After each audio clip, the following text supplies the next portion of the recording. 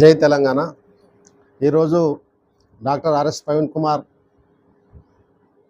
రాష్ట్ర నాయకులు BRS party గారి ఆదేశానుసారం ఆయన నివాసం కోస్ని గ్రామంలో విలేకరుల సమావేశం పెట్టడం జరిగింది. ఈ సమావేశానికి నాతో పాటు మా బీఆర్ఎస్ పార్టీ నాయకులు కార్నూలు మున్సిపల్ ఎక్స్ కౌన్సిలర్ నక్క మనోరణ గారు, నిత్యానంద్ గారు, బీనా మేడం గారు, రింకు గారు, రవీందర్ గారు, అనూప్ గారు మరి రావడం జరిగింది. ముఖ్యంగా ఈరోజు మరి 49 జీవో పరంగా ఆలోచించినట్లయితే రాష్ట్రం లోపల ఈ 49 జీవోను ఎక్కలేని విధంగా మా ఉమ్మడి తెలంగాణ జిల్లా లోపల మరి అమలు చేయడానికి దొంగదారిన మరి జీవో 49 తేవడం జరిగింది. దీంతో మరి చాలామంది గిరిజనులకు వాళ్ళ జీవితాలను కోల్పోయే పరిస్థితి ఏర్పడ్డది. మరి అటువంటి సమయం లోపల బీఆర్ఎస్ పార్టీ తరఫున మొట్టమొదలుగా స్పందించింది doctor RS Praveen Kumar sir గారే. ఏదైతే వాళ్ళు మరి ఆసిఫాబాద్ జిల్లా కలెక్టర్ వద్ద వాళ్ళ ఆదివాసీ సంఘాలతోటి రాయ్ సెంటర్, తుడుం దెబ్బ, ఇతర ఆదివాసీ సంఘాలతోని మరి ధర్నా రస్తారోకో చేసి ఆమరణ నిరాదీక్ష, రిలే నిరాదీక్ష చేసినప్పుడు ఏ పార్టీ కూడా స్పందించలేదు. Doctor RS Praveen Kumar sir గారు అక్కడికి వెళ్ళి వారికి సంఘీభావం తెలిపి మరి కాంగ్రెస్ ప్రభుత్వాన్ని ఈ 49 జీవో మీద చాలా ఘాటుగా స్పందించడం జరిగింది. ఈరోజు జీవో 49 అమలైతే గిట్ట మరి ఏదైతే గిరిజనులలో వాళ్ళ భూములు కోల్పోయే పరిస్థితి ఉంటుండే, మరి లక్షలాది గిరిజన బిడ్డలు ఏదైతే అటవీ సంపద మీద, అడవి మీద ఆధారపడి పడేటోళ్లకు జీవనోపాధి లేకుండా పోతుండే. కాబట్టి దాని మీద బీఆర్ఎస్ పార్టీ నాయకత్వం, అదేవిధంగా కేసీఆర్ గారు, కేటీఆర్ గారు, మా రాష్ట్ర నాయకులు ఆర్ఎస్ ప్రవీణ్ కుమార్ గారు, అదేవిధంగా ఆసిఫాబాద్ ఎమ్మెల్యే కోవలక్ష్మి అక్క గారు కూడా ఘాటుగా స్పందించింది. తెలంగాణ భవన్ లోపల ప్రెస్ మీట్ పెట్టి రాష్ట్ర వ్యాప్తంగా ఈ జీవోను రద్దు చేయాలని చెప్పేసి మొట్టమొదటిసారి గలంపిన ఘనత మా బీఆర్ఎస్ పార్టీది. బీఆర్ఎస్ నాయకులైనటువంటి రాష్ట్ర నాయకులైనటువంటి ఆర్ఎస్ ప్రవీణ్ కుమార్ గారిది, కోవలక్ష్మి గారిని తెలియజేసుకుంటున్నాం. అదేవిధంగా ఈరోజు మరి అటవీ సంపదను మొత్తం దోచుకునే విధంగా ఈ జీవో 49 తీసుకురావద్దని చెప్పేసి మొట్టమొదటిసారి ఆర్ఎస్ ప్రవీణ్ కుమార్ స్పందించిండు. ఒకవేళ అది అమలైతే గిట్ట మరి ఇలా భూములన్నీ వెళ్ళిపోతుండే, ఇలా భూములకు విలువ లేకుండా పోతుండే, వీళ్ళకి ఎటువంటి అటవీ సంపద దొరకపోతుండే, పోటు భూములన్నీ కూడా చేసుకొని బతికేటోళ్ళ పుట్టగొడుతుండే. దాని కొరకు మా బీఆర్ఎస్ పార్టీ స్పందించడం వల్లనే ఈరోజు మరి కాంగ్రెస్ ప్రభుత్వం దిగొచ్చి ఈరోజు జీవో 49ను రద్దు చేసిందని, నిలిపివేసినామని తాత్కాలికంగా చెప్తున్నారు. ఈ నిలిపివేసుడు కాదు, దాన్ని ఇక ముందు కూడా మళ్ళీ అమలు చేయకుండా భవిష్యత్తు లోపల కూడా పూర్తిగా రద్దు చేసి ఈ జీవో 49 అసలు ముందుకు తీసుకురావద్దని చెప్పేసి మరొకసారి కూడా బీఆర్ఎస్ పార్టీ నుంచి మేము డిమాండ్ చేస్తున్నాం.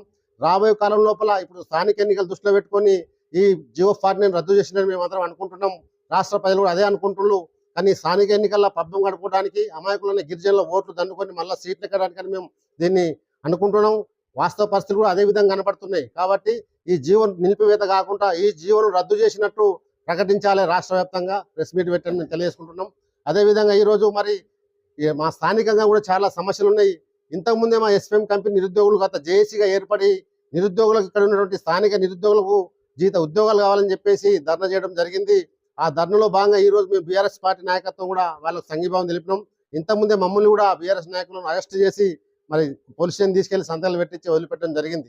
ఇలాంటి కాంగ్రెస్ ప్రభుత్వం లోపల చాలా అన్యాయాలు, అక్రమాలు, దోపిడీలు జరుగుతున్నాయి. కాబట్టి తప్పకుండా బీఆర్ఎస్ పార్టీ అన్ని విధాలుగా ప్రజలకు ఎక్కడ నష్టం వచ్చినా, కష్టం జరిగినా ముందుండి ప్రజల పక్షాన పోరాటం చేస్తుంది.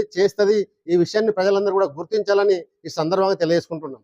అదేవిధంగా ఈరోజు మరి స్థానిక ఎన్నికలు దృష్టిలో పెట్టుకొని మాట్లాడినట్లయితే ప్రభుత్వం అమలు కాని హామీలు ఇచ్చి 6 దొంగ హామీలు ఇచ్చి ఒక్క హామీని కూడా పరిపూర్ణంగా అమలు చేయకుండా రాష్ట్ర ప్రజలను విపరీతంగా మానసిక క్షోభకు, ఆర్థికంగా నష్టం చేస్తుంది. రైతు బంధు కావచ్చు, కళ్యాణ లక్ష్యం కూడా కావచ్చు. అదేవిధంగా 24 hours కరెంటు కూడా ఇస్తలేదు, రైతులకు కూడా కరెంట్ ఇస్తలేదు. అదేవిధంగా ఈరోజు రైతులు ఏదైతే మరి పంట వేసుకునే రైతులకు యూరియా, డిఏపి కూడా సకాలంలో అందించక ఒక్క ఎకరానికి ఒకటే యూరియా బస్తా ఇస్తానని చెప్తాంది. దానికోసం ప్రజలు 3 రోజులు మరి ఆ సెంటర్ల కాడ పడిగాపులు కాస్తుండ్రు, వాళ్ళ పనులన్నీ పోతున్నాయి. ఆ ఒక్క ఎకరం యూరియా తీసుకుంటే వాళ్ళ పంట రాదు, ఆ విధంగా కూడా నష్టపోతుండ్రు. ఇంకో విధంగా చెప్పాలంటే ఎక్కడైతే మరి ఏజెన్సీ ప్రాంతాలు ఉన్నాయో ఈ ఏజెన్సీ ప్రాంతాలలో కేవలం గిరిజనులకే పట్టా భూములు ఉన్నాయి.